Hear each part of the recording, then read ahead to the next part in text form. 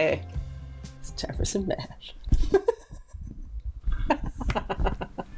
Linear functions are straight lines. Sounds easy enough, but they're surprisingly useful and versatile to engineering and computer science students, just like you. And you'll be encountering linear functions in most of your courses at Ottawa U throughout undergrad.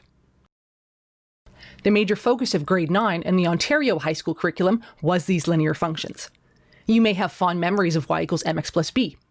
If you went to high school outside of Ontario, you may have learned about linear functions at a different time. But in general, most students learn the standard y equals mx plus b or y equals mx plus c format. Here at Ottawa U, the math professors will typically show you one of two ways to represent the equation of a straight line. The familiar y equals mx plus b, where m is the slope of the line and b is the y-intercept. This is often called slope-intercept form because of the two parameters m and b, which then define what the line looks like. A second form, which you may or may not have seen before, is called slope-point form. We'll take a look at this one in a moment. But for now, back to your friendly neighborhood y equals mx plus b. In this applet here, we can see a graph of the function y equals mx plus b. At the top are sliders where we can manipulate the two variables m, which is the slope, and b, which is the y-intercept. We start with a slope of 1 and a y-intercept of 0. Notice that this line intersects the y-axis at 0. This matches the y-intercept of 0. Also notice that for every increase in x by 1, the y value also increases by 1. That's the slope. Let's see what happens when we increase the slope of the line. An increase in slope makes the line steeper. We can also go the other way, decreasing the slope of the line, making it steep in the negative direction.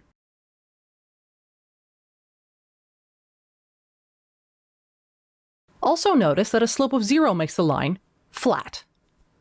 Now let's see what happens when we mess around with the y-intercept.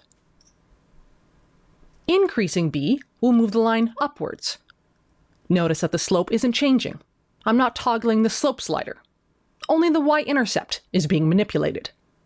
Decreasing b will move the line down.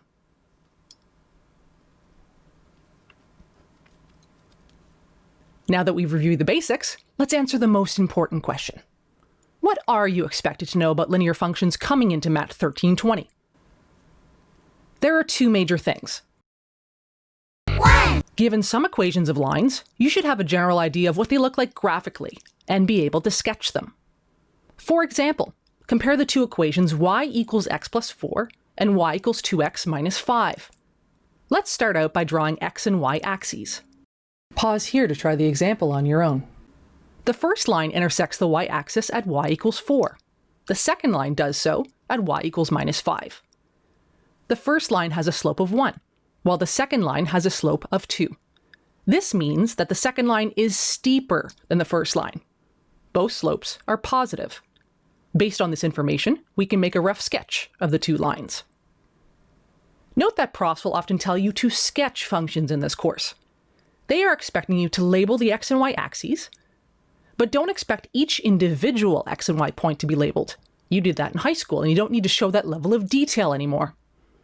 I'll repeat, an extreme level of detail is no longer required. Instead, labeling the important features is what is required. The expectations for sketching will be covered when you get to the curve sketching section of the course. Let's get back to our list. Number 2. Given 2 points, you should be able to determine the equation of the line that passes through them. For example, given the points 4, 7 and 6, 10, let's determine the equation of the line that passes through these 2 points. Pause here if you'd like to try the example on your own. First, we can determine the slope of the line m, which is the change in y divided by the change in x. The prof will likely write this in shorthand notation as delta y over delta x. The Doritos chip is the Greek letter delta, which means final value of that variable minus initial value of that variable. This works out to 3 over 2, or 1.5 for us. Next, we can determine the y-intercept.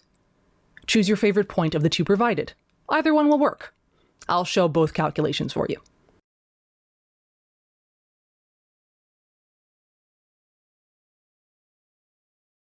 As you can see in both cases, we get b equals 1.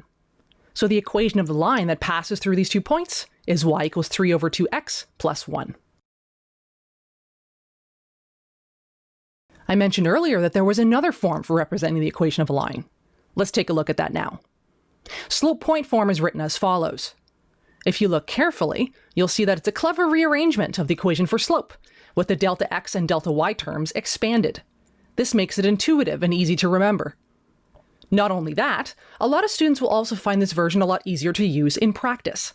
Let's see why by doing an example with slope-point form. Given the 2 points 1, 3, and 4, 1, let's determine the equation of the line that passes through these 2 points. I'll pause here if you'd like to try the example on your own. First, we can determine the slope of the line m, just like we did before. This works out to -2/3. I strongly recommend leaving this value as a fraction and not rounding to something like -0.67 in this case, unless a rounded value is requested by your new best friend.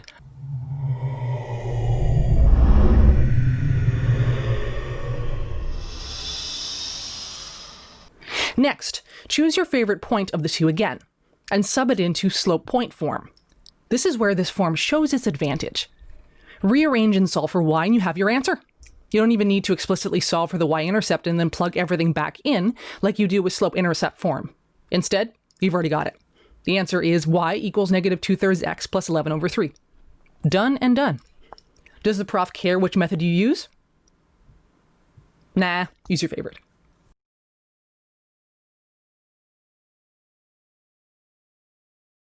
Hey, it's Katrina from Prep 101.